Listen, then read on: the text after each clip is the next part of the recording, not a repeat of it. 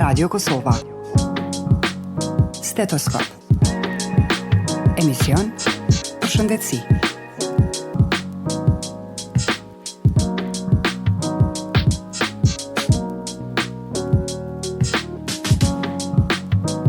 Strabizmi është një qarkullim i pozicionit ose lëvizjes së syve në të cilën të dy syt nuk kanë të njëjtin drejtim të shikimit.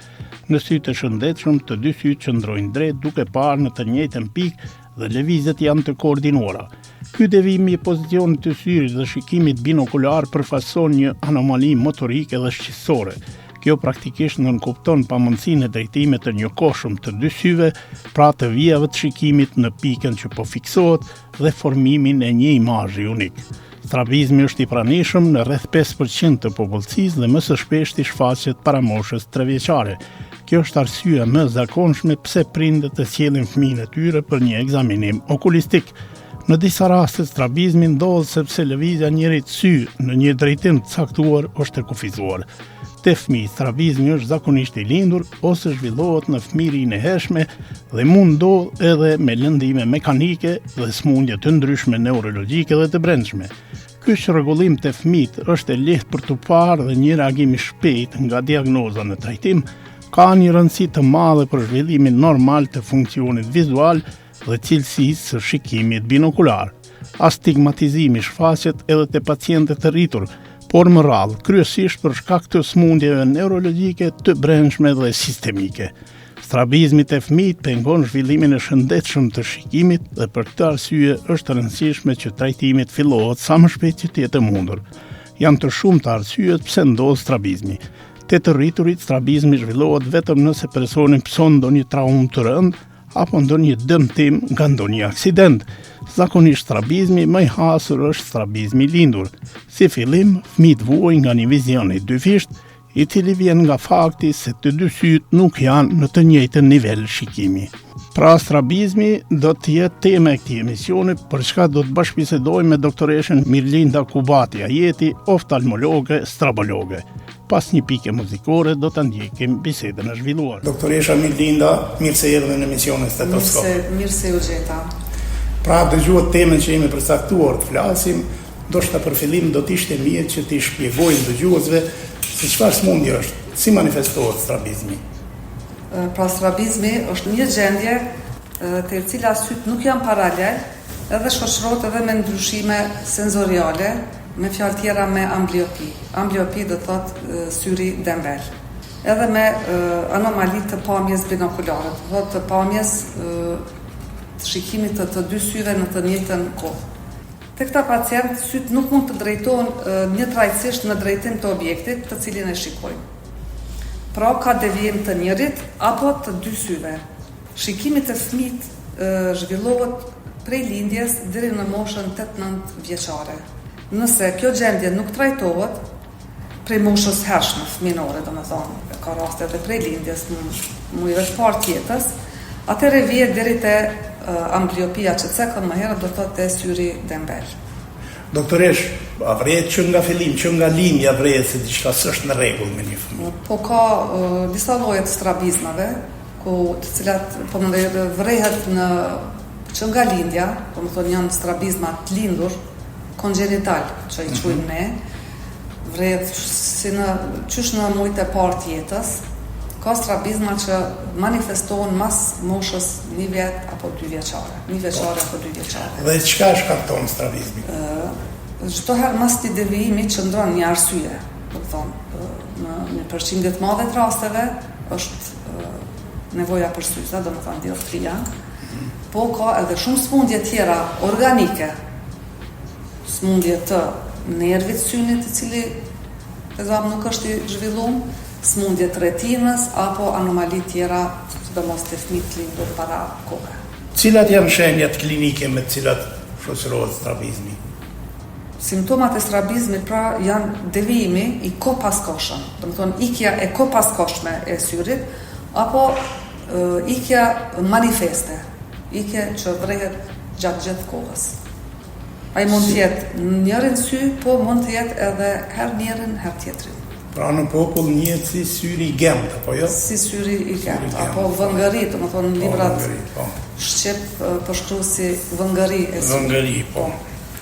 Diagnoza është vështirë të bëhet, apo vetëm me një shikim kështu të jashtëm mund vrehet se kemi të bëjmë me strabizëm. Ka raste kur duhet profesionisti, oftalmologu i cili mirët me këtë lami, me diagnostifiku ma sakt, ka raste të pseudostrabizmit. Do më thonë, strabizmi i rrejshëm me fjalë tjera, ku për shkak të rranjës së gjantë hundës, palës lëkurore dhe formës së syve, jep përshtypjen që fëmiu ka strabizmin. Realisht nuk është strabizëm, po është veç pamja, që vizualisht duket që ka devijim syrit. Po, ajo neve nuk na pengon as neve as pacientit, me rëndësisht mos me pas devija. Dhe sigurisht se pas diagnozës vjen një fazë tjetër që është shumë e rëndësishme është trajtimi. Po, edhe është shumë e rëndësi ekzaminimi detaj. Mbasi që na e diagnostifikojmë që pacienti ka strabizëm, do të thonë ka devijim syrit, devijimi i syrit mund të jetë në drejtim të hundës, mund të jetë në drejtim të jashtëm, do të thonë ka ana e veshit, mund të jetë drejtim në alt poshtë, do të thonë këto janë format kryesore, por ndryshe kemi edhe disa sindroma tjera, të cilat ndoshta nuk kishim folë kësaj radhe. Vazhdojmë me përdorimin e pikave, dhe paka shumë populli është i njoftuar, disa nëse ndonjëherë kanë bënë ndonjë vizitë oftalmologjike. Pikat që i qesim, që i përdorim të fëmijët, edhe të trit deri në një moshë 18-20 vjeçare, janë pika që e zgjarojnë bebzën, po çka është me rëndësi këtu, ky lloj i pikave përveç zgjanimit e bën edhe cikloplegjin. Cikloplegjia është relaksimi i një muskulit të brendshëm që e ka syni. Një fëmijë, edhe një fëmijë në një moshë, fëmija i posa lindur, 1 vjeçar, 2 vjeçar, 10 vjeçar, muskulin e brendshëm e ka shumë të fortë, do të thonë akomodon. Matja pa pika, pa e zgjeru bebzën, pa e relaksu këtë muskul, nuk është matja e saktë. Mas moshës 20-25 vjeçare, në mujmë edhe pa këto pika me matë dioptrin, sa i muskul veç relaksohet edhe plakët me fjalë tjera. Do të thonë, nuk mujmë me thonë që kemi bu një ekzaminim të mirëfillt, nëse nuk kemi bu këtë cikloplegjin që po e them, do të thotë relaksimin e muskulit ciliar, muskulit të brendshëm të syrit. Pas kësaj procedure përdorimit të pikave, e bëjmë matjen e dioptrisë sakt. Do thonë, ka metoda të ndryshme të fëmijët deri në moshën 3-4 vjeç, të cilët nuk rrinë në autorefraktometër, do të thonë në aparatin ku bëhet matja e dioptrisë, na kemi metoda tjera, kemi instrumentin që quhet retinoskop, edhe të bebat foshnjët 5 muajshe, kemi plot, personalisht kam shumë fëmijë, 5-6 muajsh, ku e bëjmë matjen e dioptrisë dhe vendosim syzat. Përveç kësaj edhe ekzaminohet fundusi i syrit. Do të thonë, shtresa e brendshme e synit, që quhet retina, nervi i synit, do të thonë që janë pjesë shumë të rëndësishme të synit. Nëse ka ndonjë anomali që është e lindur apo organike me e quajmë, atëherë aty nuk vjen konsiderim syzat. Atëherë është shkaku i një mos zhvillimit të një nervi të synit, apo atë janë raste ma të rënda, patologji ma të rënda, që varësisht prej rastit ka raste që edhe nuk kanë ndonjë trajtim, jo vetëm ne, po askund. Po se na e dim që nervi i synit është vazhdimi i trunit. A mund bëhet edhe intervenim kirurgjik në raste të ndryshme të strabizmit apo vetëm trajtimi? Po intervenimi kirurgjik është e fundit. Së pari duhet me trajtu fëmijën me syze. Nëse kemi, po bjen fjala dallim në dioptri, është shumë e rëndësi ordinimi i saktë i syzeve edhe mbyllja e synit i cili është me dioptri më të vogël, po flas në gjuhën popullore, do të thonë syrit dominant, syri i cili është më i fortë, në mënyrë që me u aktivizu edhe me u zhvillu syri dembel. Mos me lënë me mbet dembel.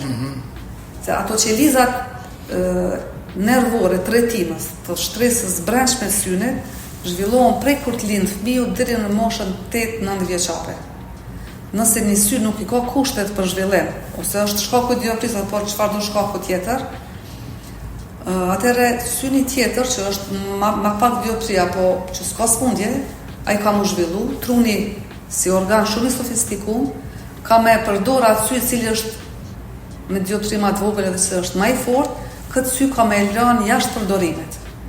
Edhe kur ta mrin fëmijën i moshë 8 apo 9 vjeçare, atëre çdo trajtim ka me qenë shumë i vështirë apo edhe i pamundur. Në çfarë moshe preferohet që të fillojë trajtimi i tyre? Trajtimi i tyre, nëse prindi nuk vren devijën, se ka raste me 5 muaj prindi nuk mund të me di që fëmiu po shes po she. Prindi e sjell te ne për arsye të devijimit. Edhe na e diagnostifikojmë. Dioptrin apo një disponte tjetër. Po në këtë rast më shumë jemi duke folur për dioptri. Për ndryshe, nëse nuk vren fëmiu, prindi që diçka te fëmiu, nuk ka ndonjë ndryshim, atëherë preferohet që vizita e parë të jetë mas moshës, domethënë 2 vjeçare, po mos ta kaloj moshën 3 vjeçare. Dhe në bazë përvojës tuaj, nga se keni një përvojë të gjatë, a janë të kujdesshëm prindërit kosovar që të sjellin fëmijët e tyre me kohë? Po ka shumë vite që shumë janë të vetëdijshëm prindrit, edhe marrin me shumë seriozitet punën e bartjes syzave të fëmijët, po çka është në rëndësi edhe këtë okluzionin në fjalë tjera mbylljen e synit. S'është 100% mirë, po nëse ka dallim shumë dioptri dhe është një devijim vetëm i njërit sy, jo i tjetrit, dhe nuk e mbyllim, atëherë na shkon puna edhe jona edhe prindit. Nëse realisht prindi nuk përkujdeset për mbyllje të synit. Nuk ka ndonjë metodë tjetër, se ka pyetje të shpeshta, a ka ndonjë metodë tjetër? Shpesh prind kërkojnë, domethënë mendojnë a ka me operacion na mos me bë mbyllje, se është një procedurë e mërzitshme, nuk është e dhimbshme. Sa po duhet ta mbajnë sinin në mbyllur kur kemi raste të tilla? Në moshën e hershme, 2 vjeçare, 3 vjeçare është e padiskutueshme, arrim një moshë 4-5 vjeçare kur na dhe testojmë përqindjen e shiqimit, se fëmiu veç bashkëpunon me neve, edhe kur e vrem që kemi barazu shiqimin në 2 syt, muj me ndalë fashën, po pas përvojës nuk është mirë me ndalë edhe disa muaj apo vite, për arsye që me mbaj gjendjet stabile ashtu si është. Se fëmiu ende është të rrit, edhe përsëri dominancën mundet me marrë ai syni më i fortë. Doktore Shamillinda, po flasim për strabizmin, a është karakteristike vetëm për fëmijët apo mund të paraqitet edhe tek të rriturit? Strabizmi zakonisht vërret në moshën fëminore. Më thonë, qëllimi edhe që thash edhe i mbylljes edhe i zhvillimit të shiqimit, njëkohësisht konsiston edhe në zhvillimin e shiqimit binokular, do më thonë me të 2 syt njëjtën kohë. Në një pikë. Në një pikë, po, se në prej një syni shkon imazhi, fotografia në tru, edhe në prej syni tjetër. Ato bashkohen qintat e sekondës. Nëse nuk trajtohet moshën e hershme, atëre pacienti nuk ka me pas shiqim binokular, dhe me u shpreh që me kuptu popullet e prind, do më thonë nëse nuk ka me pas shiqim binokular, nuk është trajtu prej moshës fëminore, atëre ata fëmin nuk kanë me mujtë me pa filma 3D, do më thonë nuk kanë me pas atë thellësinë e shiqimit.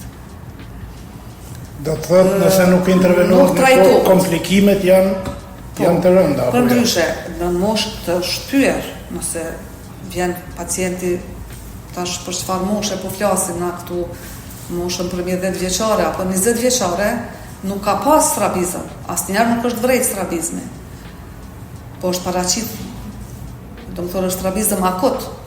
Atëherë na duhet me ekzaminime shumë detajume, edhe aty trajtimi, po mendoj pa një rezonancë magnetike trunit nuk mujmë na me dhënë një përgjigje definitive e pacientit. Një strabizëm i vonshëm mundet me qenë shkaku i një pezami gjatë derdhjet tru, një ndryshim në tru, një tumorin në tru. Na kanë të dëgjojmë shpesh herë që prindrit arsyetohen se shikimi i vëngër, domethënë i gem të fëmijët e tyre ka filluar pas një temperature që ka pasur, a ndodhin në ato? Po. Do me thonë, po, ato janë çdo i dyti që ka strabizëm, pas prindët e përshkrujnë, do të thonë, anamneza e tyre është ose një temperaturë ose një rrëzim. Do të thonë, edhe na e shohim që pacienti ka një dioptri, zakonisht plus dioptria, hipermetropia. Një temperaturë apo një rrëzim janë veç një shkas për me ardhë në pak. Nëse jo me qatë temperaturë, mas 6 mujve kishë të me ardhë në pak. Qajtë strapisën. Edhe sa ma herët, që e vrejnë prind, ose e sjellin fëmijën, suksesi është aq më i mirë. Fjala, kur po flasim për suksesin, për neve suksesi është me u zhvillu të pamurit, mbretësia e të pamurit, të cilën na mujnë me arrit deri në moshën 8-9 vjeçare, literaturë të re tash deri në moshën 15 vjeçare nuk po dorëzohemi me këto mbyllje. Përndryshe sa i përket operacionit, kur është fjala për estetik, mujnë me bo edhe mas moshës 15 vjeçare, edhe mas moshës 20 vjeçare. Po prapë këtu po kthena edhe në moshën fëminore për intervenim, ka raste kur kandi është shumë i madh i ikjes i devijimit, edhe për shkak të zhvillimit të shiqimit binokular, që me pa me të dy syt njëjtën kohë, atëherë preferohet intervenimi edhe në moshë më hershme, po çdo herë me shpjegime prindit që nuk do të thonë që me një operacion do të kryhet kjo procedurë. Ka raste kur operojmë për zdyti mas disa vjete, kemi pas raste edhe për streti, jo veç na, po edhe në krejtë tonë.